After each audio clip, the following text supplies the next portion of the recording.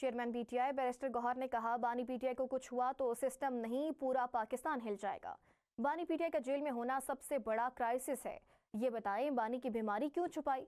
शौकत खानम के डॉक्टर्स को बानी का मुआयना करने की इजाजत दी जाए। बैरिस्टर गौहर का कहना है कि जाती मौलजीन डॉक्टर फैसल और डॉक्टर आसिम को बानी पीटीआई से मिलने देना चाहिए। इलेक्शन के हवाले से हमारी हुकूमत से कोई बातचीत नहीं हुई, हमारी किसी से बात नहीं हुई, ये महज अफवाहें हैं, इस पर मत जाएं।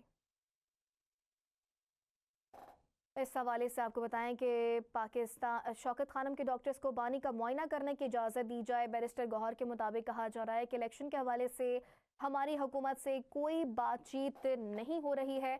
पाकिस्तान तहरीक-ए-इंसाफ के चेयरमैन बैरिस्टर गौहर की जानिब से ये बात सामने आई है, बानी पीटीआई को कुछ हुआ तो सिस्टम नहीं, पूरा पाकिस्तान हिल जाएगा।